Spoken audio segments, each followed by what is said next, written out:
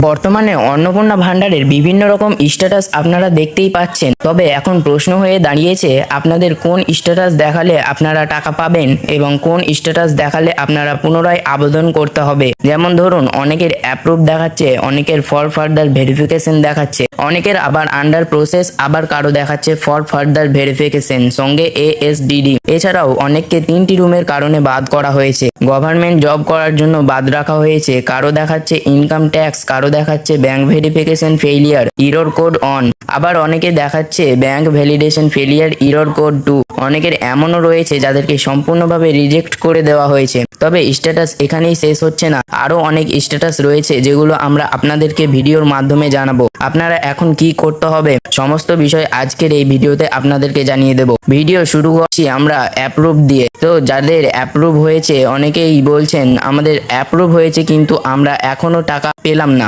তবে আপনাদেরকে বলে রাখি, যদি আপনাদের 2 থেকে 3টি ব্যাংক থেকে থাকে তবে আপনারা সেই ব্যাংকগুলোকেও একবার চেক করে নিন, কারণ ডিবিটি লিঙ্ক অন্য ব্যাংকের সঙ্গেও হয়ে থাকতে পারে। আর যেই ব্যাংকের সঙ্গে ডিবিটি লিঙ্ক থাকবে সেই ব্যাংক অ্যাকাউন্টেই টাকা ঢুকে যাবে, কারণ আপনার তো অ্যাপ্রুভ রয়েছে, সেই কারণে আপনাকে বলা হচ্ছে। তো এটা হচ্ছে অ্যাপ্রুভ স্ট্যাটাস এর মানে। আর যাদের টাকা ঢোকেনি তাদের কিন্তু ব্যাংকে সমস্যা রয়েছে, হয়তো ডিবিটি কেটে গিয়েছে, না হলে অন্য কোনো সমস্যা রয়েছে, যেটা আমরা পরের ভিডিওতে আপনাদেরকে জানিয়ে দেব। তবে দেখুন, তারপরের স্ট্যাটাসে বলছে ফর ফার্দার ভেরিফিকেশন, তারপরে দেখুন নিচে বলা হয়েছে আন্ডার ইনকোয়ারি ASDD।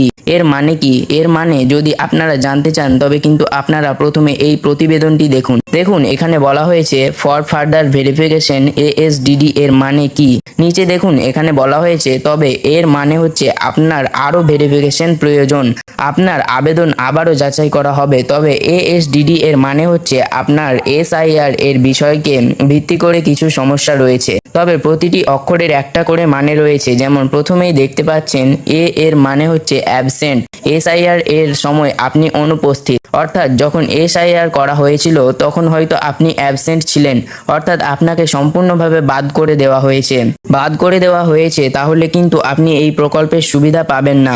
2 নম্বর অপশনে দেখতে পাচ্ছেন SS এর মানে হচ্ছে শিফটেড, আপনি অন্য কোথাও চলে গিয়েছেন, অর্থাৎ হয়তো আপনি এই রাজ্য ছেড়ে অন্য রাজ্যতে চলে গিয়েছেন, যেটার কারণে আপনি এই প্রকল্পের সুবিধা পাওয়ার যোগ্য নন, সেই জন্যই আপনাকে এই টাকা দিচ্ছে না।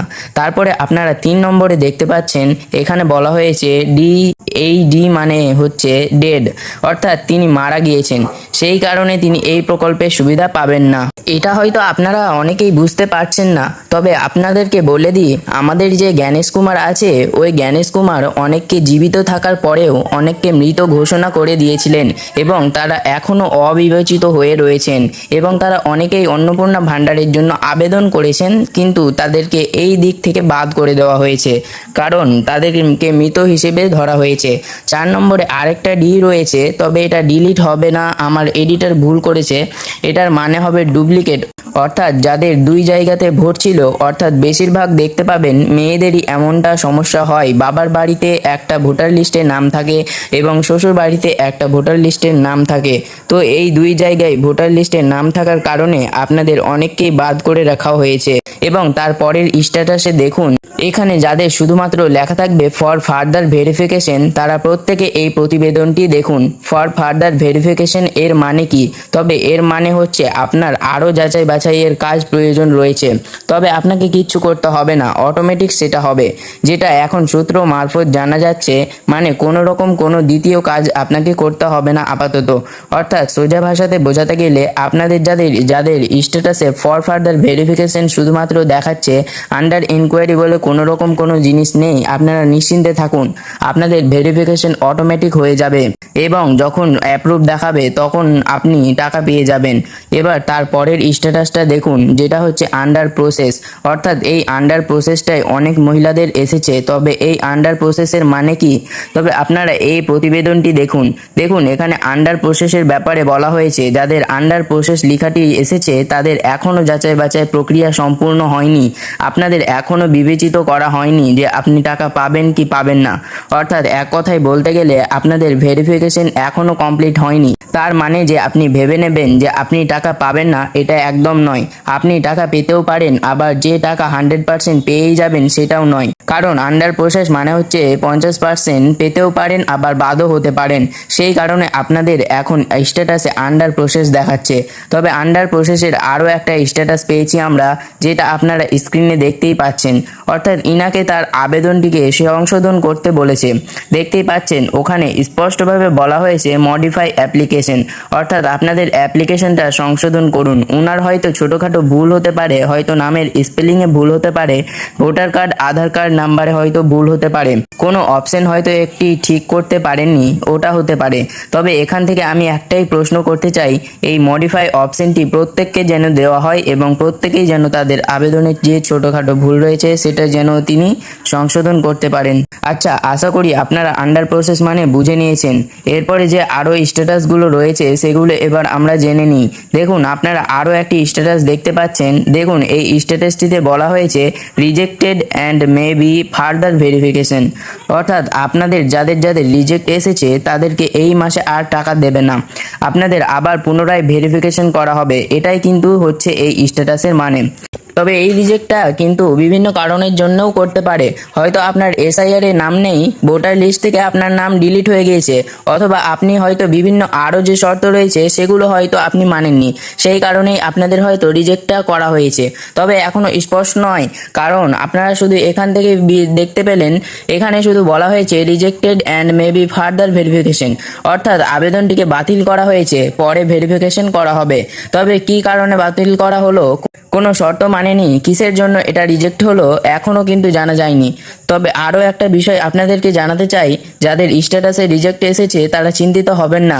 যদি আপনি প্রকৃত যোগ্য হয়ে থাকেন আপনি কিন্তু টাকা পেয়ে যাবেন।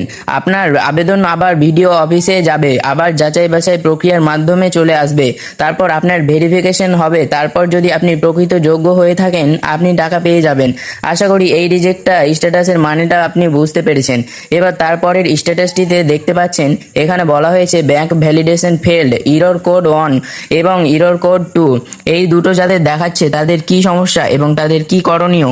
দেখুন, যাদের স্ট্যাটাসে এমন দেখাচ্ছে তাদের সমস্যা হচ্ছে আপনাদের ব্যাংকে অনেকের যেমন ডিবিটি লিঙ্কের প্রবলেম হতে পারে, কেওয়াইসির প্রবলেম হতে পারে। আপনার যখন ব্যাংক ভেরিফিকেশন করা হচ্ছিল তখন হয়তো সার্ভারেও কিছু প্রবলেম থাকতে পারে, অথবা আপনার সেই ব্যাংক অ্যাকাউন্টটি বন্ধ হয়ে যেতে পারে।